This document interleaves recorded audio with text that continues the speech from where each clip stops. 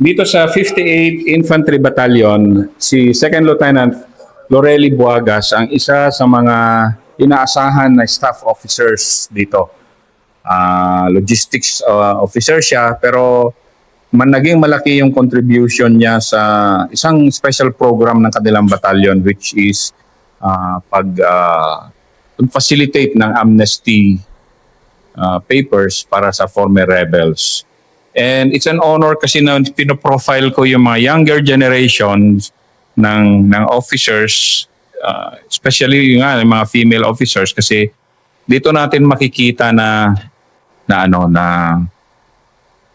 the Philippine Army is welcoming of excellent officers and enlisted personnel into its ranks. BS Education, major in mathematics lang naman siya. Ayaw ko kung nagagamit niya yung kanyang course, but I know si Florely kasi happy siya. May personal life din siya kaya happy siya, pero siya na magkwento. Okay, go. Yes. Mayong adlaw sa atong tanan. I am Second Lieutenant Florely T. Buagas, Quartermaster Service, Philippine Army, a proud member of OCC Class 60, Aram Sidlak-2024. Isa din po akong enlisted personnel class of 2019 and also graduate din po ako ng Advanced ROTC. So sa mga estudyante ngayon na gusto ding magpatuloy sa officership, ini-encourage ko po kayo na mag-apply sa OCS or sa PMA kasi tatlo yung quota ngayon, especially sa pagiging officer. Yung sa ROTC naman, kung mag-a-advance tayo, pag-graduate mo is meron tayong sa POTC at saka sa OC na hanggang 28 years old. So, Florely, ikwento mo nga muna yung road na tinahak mo from your college days until and then ngayon. Graduate po ako ng Bachelor of Secondary Education, major in Mathematics. During my high school and college days po is naging regional chess player po ako. Chess? Yes po, sir. Okay. Yes, sir. Naglalaro po ako sa outside ng city namin at saka sa by region po. Then before ako pasok as enlisted personnel, nag-join din po ako ng pageant Miss Tanay 2017 po. Yeah, ang dami magagandang hindi naman, pero talagang yan, daming mga young officers na talagang they join pageants and then from heels to boots nga daw. Yes, sir. Yes, sir. Sige, tuloy. So, last September 2025, I was assigned, nag-acting CMO officer po ako sa 58th Infantry Malulupig Battalion, in where ang 58th IB ay isa sa pinakamadaming nagpa-apply ng Safety Conduct Pass. Yung Safety Conduct Pass ay isang protection or security sa ating mga FR na regardless kung ano yung gagawin nila sa area is hindi sila ikukulong o aarestuhin ng mga PNP habang nag-a-apply pa lang sila ng amnesty program. Yung amnesty program po natin is sa 9 na napirmahan ng presidente is 5 doon ang galing sa 58 IB. So ngayon is ongoing pa rin yung application ng amnesty program at ito ay may deadline lang ng hanggang March 2026. Sige, ikwento mo nga muna, ano ba yung normal na profile ng isang nagsusurrender at bakit kailangan niya ng amnesty? Ano ba yun? Di ba kasi pag bumababa sila, ano yung status nila? Ano mo nga muna? Ilatag mo nga muna for the public bakit kailangan nila ng safe conduct pass at bakit tayo pa na army yung gumagawa? Yes. Itong amnesty program, sir, is to demolish criminal yung previous nila na mga cases such as yung sa rebellion. Pero excluded po dito yung mga katulad ng kaso ng mga rape, yung mga sa nakaw, ganun po, sir. So itong amnesty program, sir, hindi lang ito para sa mga FR na may kaso. Pinapa-apply po namin lahat ng mga nag-surrender, either may kaso sila or wala, kasi ang government is pwedeng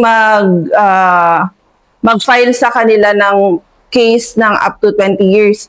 Yung simple na pagsama nila sa taas, sir, yung act of rebellion is isa na po yung case na pwedeng isampa sa kanila. Para maging safe, sir, pinapa-apply po namin sila ng amnesty program para hindi ito para walain lang yung past mistakes nila, kung hindi din po bigyan sila ng chance na mamuhay ulit kasama yung sa gobyerno, sir. Di kaya yun yung ano ko nga. Kasi kaya ko ni-request na i-explain mo ito kasi kung anong sinasabi ng mga maaring marinig ng mga active pa Yes, ng sir, mga yes, sir. NPA. So, isa-isahin nga natin yun. Kasi primary concern talaga nila, pagbaba nila, di ba, na-indoctrinate sila na takot sila na makulong. So, isa-isahin nga natin yung programa ng gobyerno na yan. And this is now addressed sa mga remaining rebels ba na ito yung program, specifically ng 58. Yes, sir. So, sa pagbaba nila, sir, is binibigyan na sila ng livelihood assistance para makapagsimula sila ng panibagong buhay.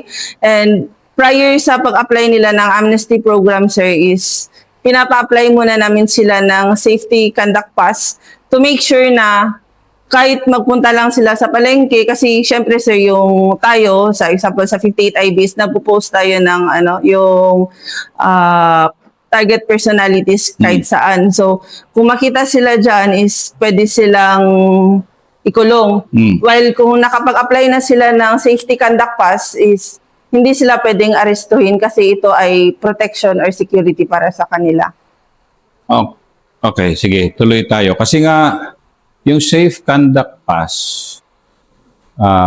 kasi ito yung mga concern talaga, legitimate concern. Yes, kasi yes, yung sir. mga rebelde, of course, sabi nila, nag-indoctrinate sila na papatayin sila ng sundalo, which is, yung nga, anong papatayin? Kaibigan nga namin dito yung mga dati nyong kasama, di ba? Pero ito kasing safe conduct pass and amnesty, very procedural, pero ito yung mga kailangan talaga, di ba, na ano. Sige, Actually, sir, yung sa pag-apply sa safety conduct plus, sir, meron po tayong third party, yung nagpa-process talaga yan dyan, sir, yung local amnesty board, yung sa CDO. Ini-invite namin sila dito sa 58 IB para i-process yung safety conduct pass ng mga former rebels, sir. May pinapa-fill-upan lang na form, tapos kinukwento nila kung ano yung mga ginawa nila simula nung pagpasok nila hanggang sa pagbaba, sir. and then, tinitrace ko yung process para at least kung may nanonood man ng mga rebelde, Yes, sir. nakikita Yes, nila, sir. expect nila kung anong mangyayari sa kanila. Yes, sir. May iba man na FR, sir, na may no read, no write, sir. Kaya ina-assist ng personnel ng CMO na habang sila nagkikwento, sir, sinusulat lang namin, sir. Tapos, meron ding iba na walang signature, kaya ang ginagawa, sir, is yung thumb mark lang, sir. So, yung whole process talaga, sir, is kinukwento lang nila kung ano yung ginawa nila doon sa bundok. Tapos, paano sila na rebelde. Tapos, yun, sir, ipapasis ng local amnesty board, sir, papunta sa taas, sir. And then, ano ang nagiging role ng other partners, other agencies, the ILG, dito sa buong process na to ng safe conduct pass tsaka amnesty, ano yung mga nagiging papel ng ibang agencies? Paano kayo nagsusuportahan?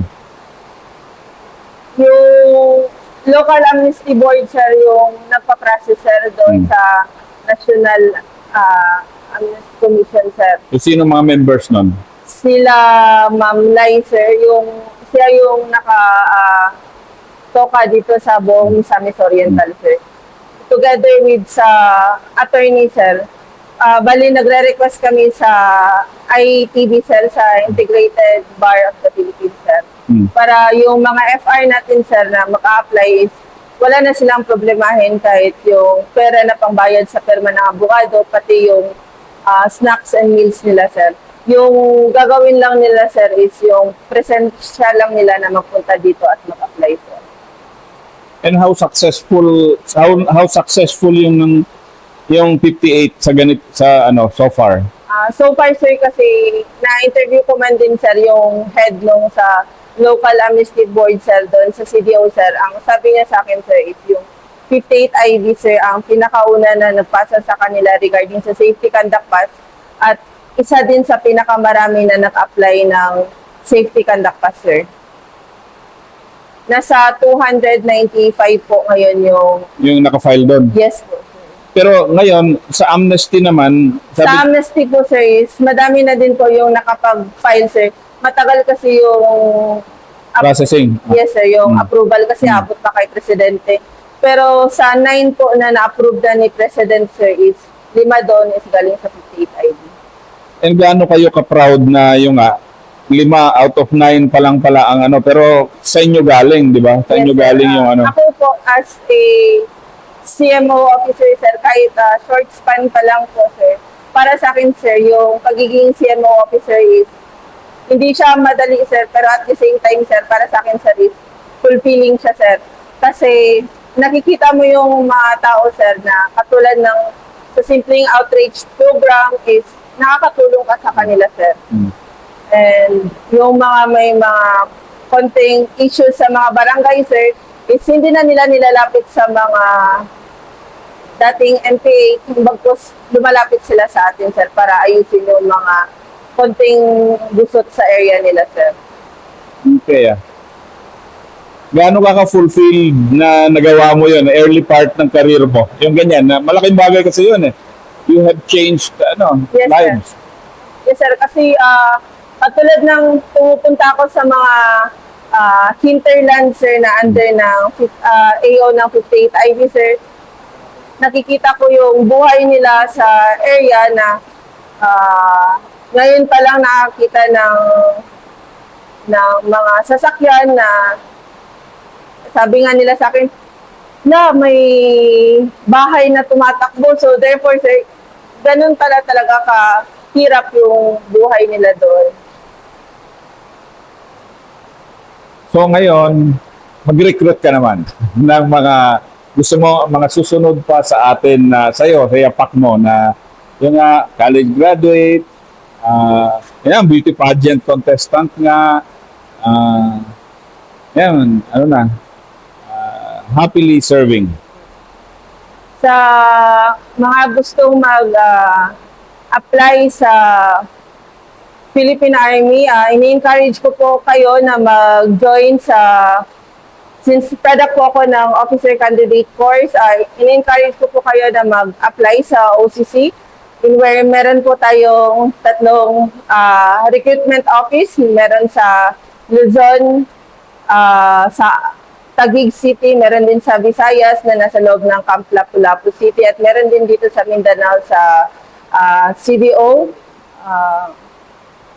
Yung especially din po sa mga graduate ng advanced ROTC, madami po kayong option aside doon sa course nyo is pwede kayo mag-proceed sa POTC kasi ngayon yung POTC, pag nakagraduate po kayo is yung top 80 to 100 is automatic na pong mag-proceed at maging second lieutenant.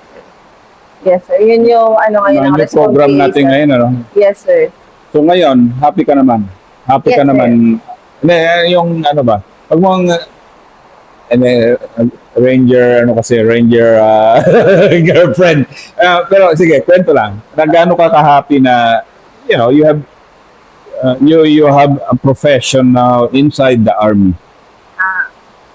Actually, sir, masaya din po ako sa profession ko ngayon kasi before ako nag-commission, is special enlist po ako.